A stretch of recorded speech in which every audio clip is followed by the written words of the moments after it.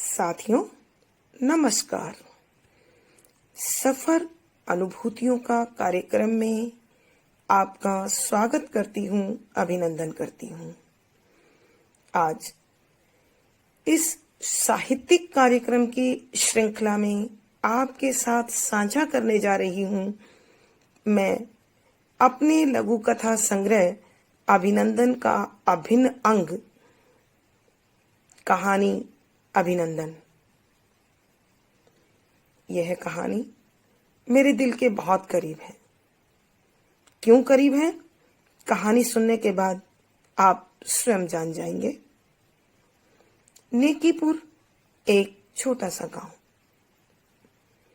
वहां बहुत सज्जन और संपन्न व्यक्ति जगदीश प्रसाद रहते थे। उनकी इकलौती बेटी थी आशना। आशना गांव के स्कूल में पढ़ने में अव्वल होने के कारण पूरे गांव में उसका बड़ा नाम था। लेकिन घर में अन्य भाई बहन न होने के कारण वह जहां पढ़ाई में इतनी होशियार थी, वहीं घर में अक्सर उदास रहती थी। पिता की गाड़ी पर एक ड्राइवर रहते थे, मोहनलाल। उनके घर में उनकी एक पत्नी और 2 बच्चे, बेटा रामू, बेटी लखो। मोहनलाल ड्राइवर का काम करता, उनकी पत्नी घर का कामकाज देखती, लखो और रामू यहां वहां खेलते रहते। जब आशना पढ़ने से थक जाती तो अपनी उदासी को दूर करने के लिए वह रामू और लखो के साथ खेल खेल में टीचर खेलती। वहीं उसके घर में 2 विद्यार्थी और एक शिक्षिका आशना। खेल का स्थान होता घर की बैठक। समय भी अपनी गति से बीतता रहा। आशना ने गांव में अव्वल रहते हुए गांव का स्कूल पूरा कर लिया। पिता जगदीश प्रसाद ने जब देखा कि बेटी बहुत होशियार है, तो उन्होंने उसे शहर के स्कूल में दाखिला दिला दिया। वहां भी आशना ने मन लगाकर पढ़ाई की और देखते ही देखते कॉलेज और MBBS तक की शिक्षा अर्जित कर ली। वह अब शहर में एक जाने माने डॉक्टर के रूप में प्रसिद्ध हो गई। उसकी डॉक्टरी बड़ी धूमधाम से चल रही थी। शहर भर में उसका बड़ा नाम था। अतः दिन प्रतिदिन अनेक कार्यक्रम होते। डॉक्टर आशना को उसके चिकित्सा में महारत हासिल होने के लिए तो सम्मान मिल ही रहा था, साथ ही साथ उसे जो सम्मान प्राप्त हो रहा था वो उसकी समाज सेवा, उसकी सद्भावना और संवेदनशीलता के लिए भी प्राप्त होते थे। यहां वहां यदा कदा अनेक अभिनंदन समारोह होते। डॉक्टर आशना को बुलाया जाता। उसके सम्मान में लंबे चौड़े भाषण दिए जाते, मालाएं पहनाई जाती, प्रशस्ति पत्र मिलते और अनेक प्रकार के उपहार मिलते। शुरू में तो डॉक्टर आशना को यह सब बड़ा अच्छा लगता। ड्राइंग रूम में जब वो अपनी प्रशस्ति पत्रों और सम्मान चिन्हों को देखती तो मन ही मन बड़ा गुदगुदाती। लेकिन एक समय ऐसा भी आ गया जब उसे इस प्रकार के अभिनंदन समारोह, सम्मान सब बेमानी लगने लगे। उसे लगता कि ये जो उसके सम्मान में शब्द बोले जाते हैं, ये निश्चित से एक धर्रे पर रटे रटाए शब्द होते हैं। अब उसे शहर की आपाधापी, भागदौड़ और ये रोज के सम्मानों से कोफ्त होने लगी। वह थक गई और उसने मन की शांति के लिए अपने गांव की ओर रुख किया। वह जब अपने गांव आ रही थी तो गाड़ी में बैठकर यहां वहां चारों तरफ गांव के बदले हुए वातावरण को देखकर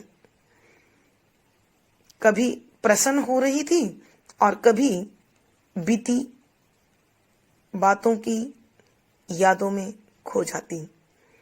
एक स्थान पर जब इसी तरह गांव को देखते हुए आगे बढ़ रही थी तो उसे एक अद्भुत सा बोर्ड दिखाई दिया जिस पर लिखा हुआ था दीदी ज्ञान कुंज। आशना को बड़ी हैरानी हुई, ये कैसा नाम है?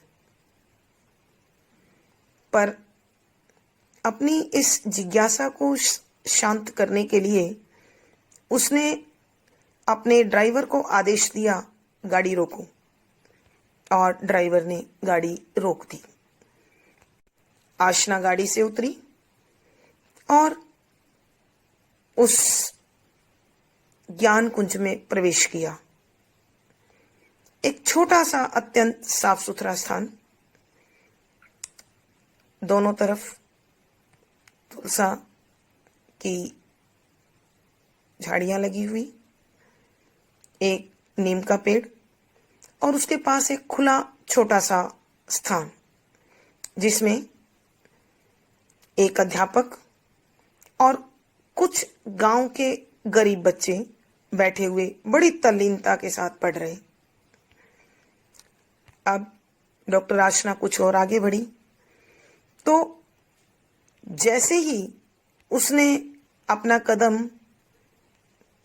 उस हॉल में रखा, अध्यापक दौड़े हुए आए और उसके चरणों में छुप गए।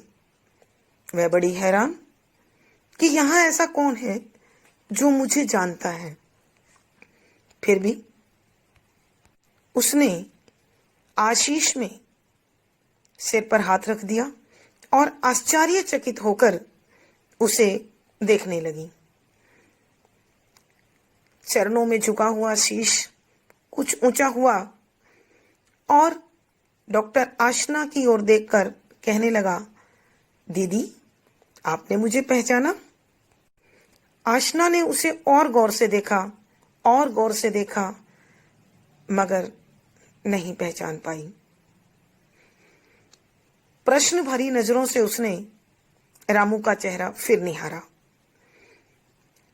रामू दीदी के प्रश्न को पढ़कर बोला, दीदी मैं आपका वही रामू हूं जिसे आप टीचर टीचर कहकर खेल खेल में पढ़ाती थी। मालूम है दीदी, आपका वो खेल मेरी जिंदगी को बदल गया।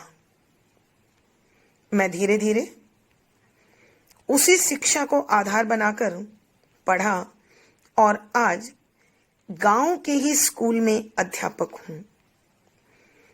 आपने खेल खेल में जो मेरी जिंदगी को आलोकित कर दिया है, आज मैं आपके उसी चरण चिन्ह कदमों का अनुकरण करते हुए एक सम्मानजनक जिंदगी जी रहा हूं और इन गांव के बच्चों को पढ़ाकर थोड़ा सा आपके उस कर्ज से उरीण हो जाना चाहता हूं जो आपने बिना किसी लालच के मुझे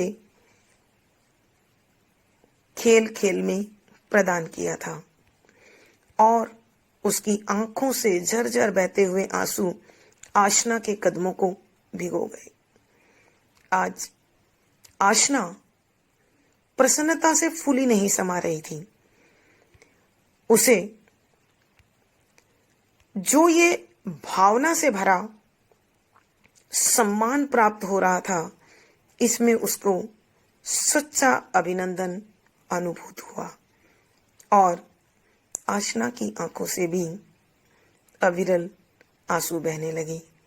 एक गुरु और शिष्य का ऐसा मिलन संभवतः न पहले हुआ है और न भविष्य में होगा। धन्यवाद साथियों, शुक्रिया, आभार। अगर आपको कहानी पसंद आई हो तो चैनल सब्सक्राइब करें और ऐसी ही कहानियों के लिए हम फिर जुड़ेंगे। आभार, आभार, आभार।